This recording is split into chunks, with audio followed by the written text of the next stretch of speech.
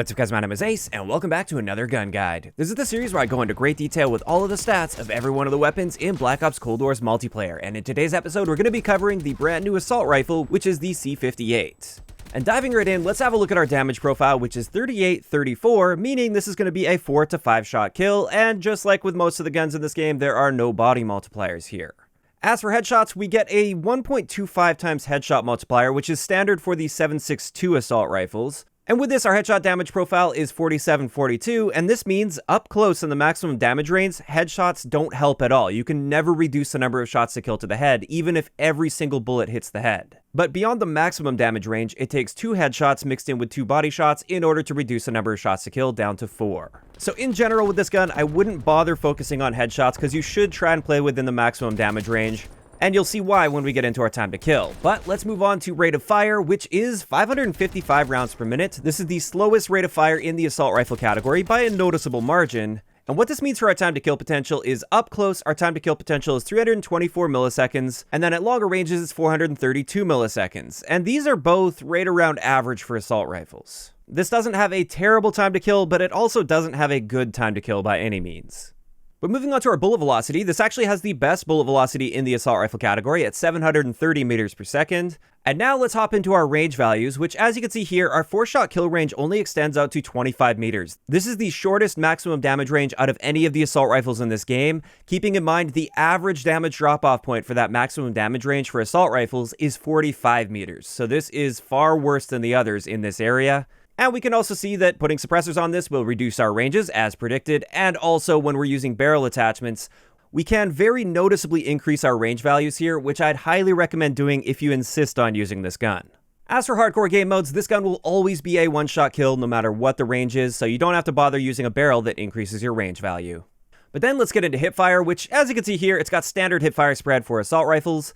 And then let's get into our idle sway, which as you can see here, it's really solid here. There's very little movement while aiming down sights, and therefore you're generally going to have very precise first shot accuracy. And this is where I want to get into recoil, and the recoil is quite interesting with this gun. There's a lot of visual recoil. It looks like your gun is kicking a lot, but in reality, when you actually look at the wall, there's not much recoil at all with this gun. It is worth noting though, for the first 2 or 3 shots that are fired, there is a very aggressive kick upward and to the right. It just settles down really quickly after that initial recoil, but this initial recoil can absolutely throw you off, especially if you're trying to take a longer range shot.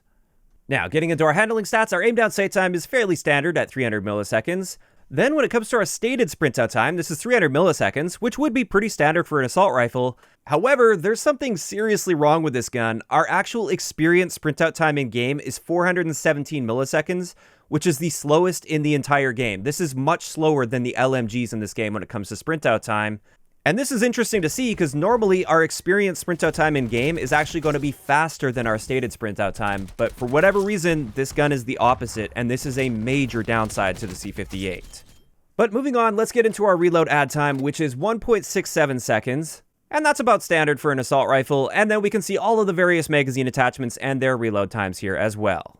And then finally, for base stats, our movement speeds are all standard for assault rifles. There's nothing out of the ordinary when it comes to this.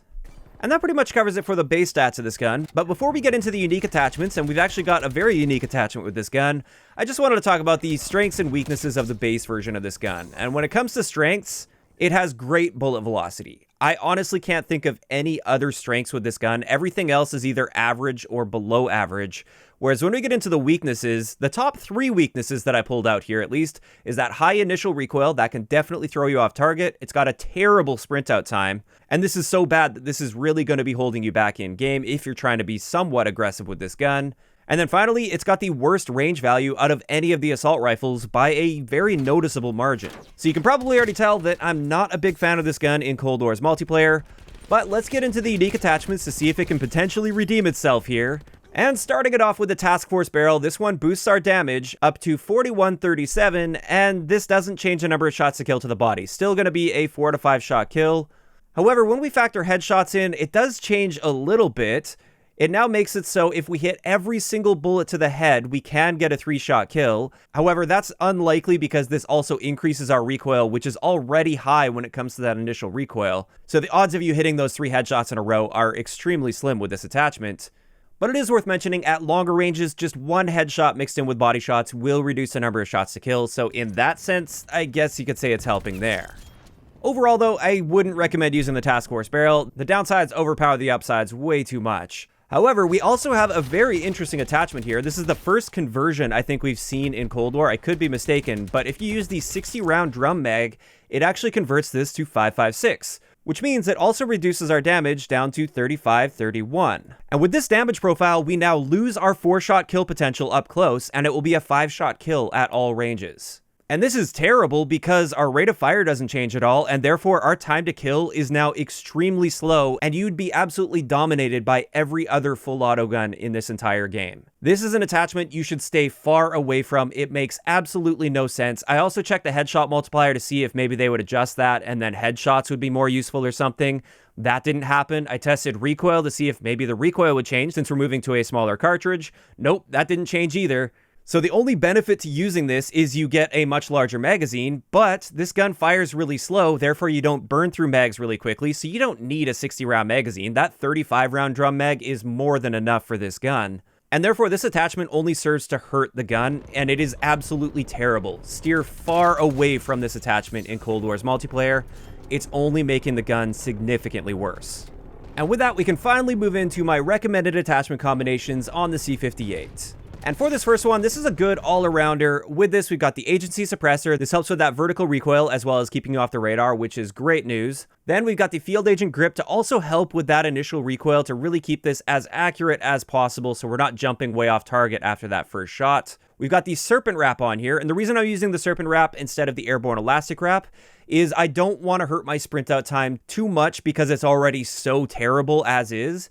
So I just find the serpent wraps a little bit more balanced when it comes to aim down sight and sprint out time. Then we've got the 35-round drum mag. I just think this is great for this gun. 35 rounds is more than enough with its rate of fire. And then finally, we've got the CQB stock, which significantly helps with our sprint out time. And even with this attachment, we still have a very slow sprint out time, but at least it's a bit more manageable than if we weren't using this attachment. So yeah, like I said, that's a nice balanced all-arounder. I still don't really like this gun, but if I'm going to use it, this is my preferred way of running it. But I also wanted to provide an alternative here, and this is more for a longer ranged accurate build. I would treat this almost like it's an LMG. And with this, I've got the Microflex LED. That's my favorite red dot sight to be using. We've got the infantry compensator to help as much as possible with that vertical recoil. And when using this attachment, I find that I'm actually very accurate, and this cancels out a lot of that first shot inaccuracy. But then we've got the reinforced heavy barrel, mainly because this doubles our effective damage range, which is awesome to see. After that, we got the field agent grip, which when combined with the infantry compensator makes this thing a laser beam. And then finally, the 35-round drum mag on this.